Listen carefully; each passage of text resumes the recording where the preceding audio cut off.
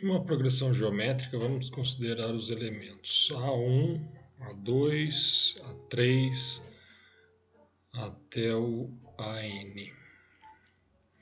Uma progressão geométrica de n termos, ou uma PG de n termos. Ao invés de colocá-los assim, a gente poderia representá-los como A1, o próximo é A1 vezes Q, o próximo A1 vezes Q quadrado, e assim sucessivamente. Cada termo você pega o anterior e multiplica pelo Q. O último seria 1 vezes Q elevado a n menos 1, que é a fórmula lá do termo geral. O que a gente quer aqui é somar os n termos. Então eu vou escrever a soma dos n primeiros termos será A1 mais, ao invés de A2, vamos colocar A1 vezes Q. Ao invés do A3, A1 vezes Q quadrado. Ao invés do A4, A1 vezes Q ao cubo. E assim por diante, até chegar no último, que será A1 vezes Q elevado a n menos 1. O que a gente faz agora é copiar a mesma soma aqui embaixo. A soma dos n termos será... Só que eu vou copiar deslocado. Esse A1 vem para baixo deste termo. Este A1 vezes Q vem para baixo deste. O A1Q quadrado vem para baixo deste. E assim por diante, cada um deles deslocado de uma posição para a direita. Isso implicaria que no penúltimo eu estaria aqui, A1Q elevado a n menos 2. E o último estaria aqui, A1 vezes Q elevado a n menos 1. E aí é uma tática algébrica. Você pega essa segunda equação e multiplica ela inteira pela razão Q. Se eu multiplicar essa inteira por Q, aqui vai ficar Q vezes Sn igual a 1 vezes Q. Esse A1 vezes Q multiplicado por Q vai ficar 1Q quadrado. Aqui faltou 1, A1Q quadrado. Neste caso, A1 vezes Q quadrado, se eu multiplico por Q, fica 1 vezes Q ao cubo. E assim por diante, cada um você multiplica por Q, quer dizer que você vai aumentar em 1 o expoente do Q. Esse n menos 2 com mais 1 vai se tornar n menos 1. E este n menos 1 vezes Q vai ficar n. Você sempre soma 1, já que você está multiplicando potências de mesma base. Conserva a base, soma os expoentes. Aqui o expoente é 1, com n menos 1 vai sobrar o n. E aí a tática é uma subtração. Vou passar um traço aqui e vou fazer a de cima menos a de baixo. Se eu subtraio, Sn menos QSn fica no primeiro membro. Sn menos QSn será igual. Uma vez que você está fazendo a de cima menos a de baixo, repare que o A1 vezes Q subtrai o A1 vezes Q, isso dá zero. O mesmo acontece aqui, A1Q quadrado, A1Q ao cubo, e com cada um dos termos nesse intervalo até o penúltimo. O que sobra, como você está fazendo a de cima menos a de baixo, sobra A1 na de cima e A1 vezes Q elevado a n na de baixo.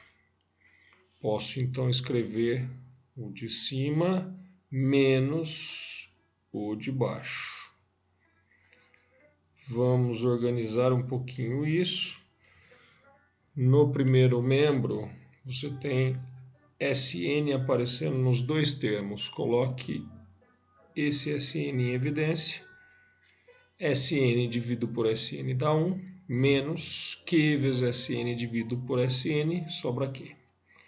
Igual no segundo membro da equação, você tem o A1, que pode ser colocado em evidência dentre os dois termos. Novamente, divida A1 por A1, 1 menos A1 Q elevado a N dividido por A1 Q elevado a N. Passando esse 1 menos Q para lá, dividindo, a gente chega naquilo que a gente chama da fórmula da soma dos N termos de uma PG, que será A1 vezes 1 menos Q, 1 menos Q elevado a N, sobre 1 menos Q. 1 menos Q, 1 menos Q.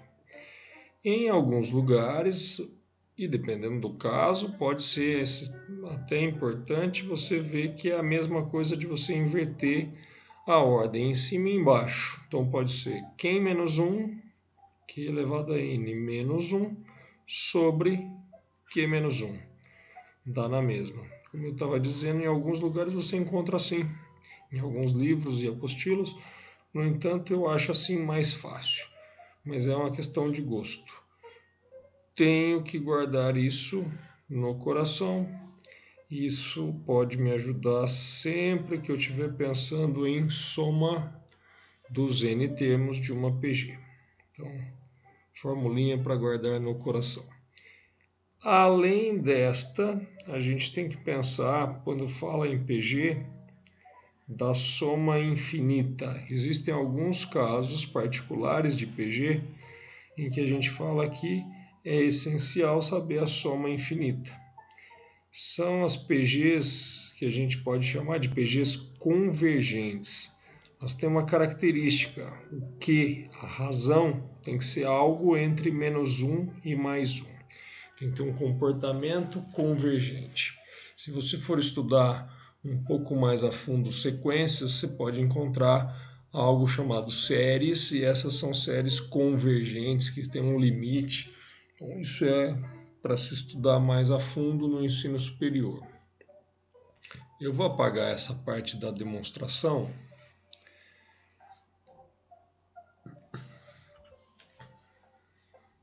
Deixa eu apagar tudo, vai. Apago isto. E aí vou falar dessa série convergente, dessa PG convergente. Trago isso para cá. A ideia, como eu disse, é que a gente tem que garantir que para PG ser uma PG convergente,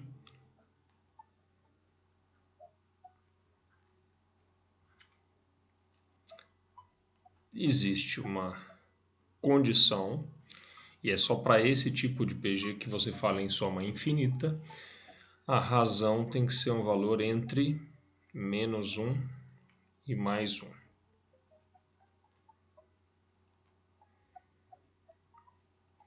Isso indica que os termos vão diminuindo e que o AN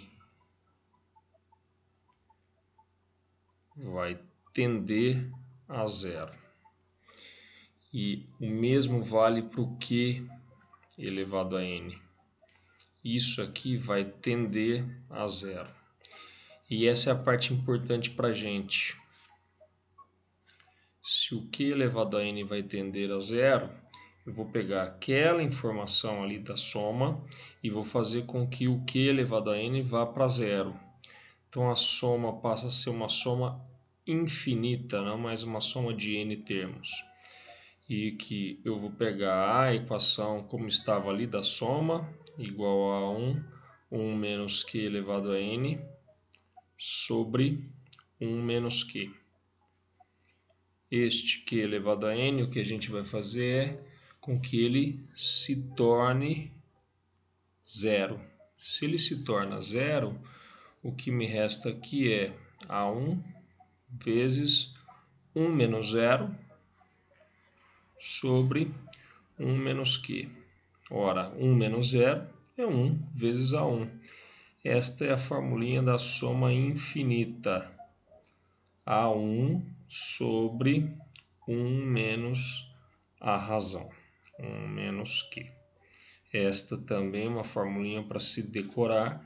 Se você entende a ideia de que quando o Q satisfaz aquela condição que ele está entre menos 1 e mais 1, o Q elevado a n vai para zero.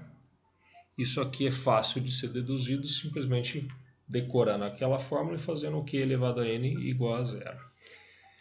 Eu já vi algumas pessoas acharem essa mais fácil de decorar do que aquela e acabam sabendo essa e não sabem da soma finita dos n termos. Na verdade, você tem que saber as duas, não tem muita escolha.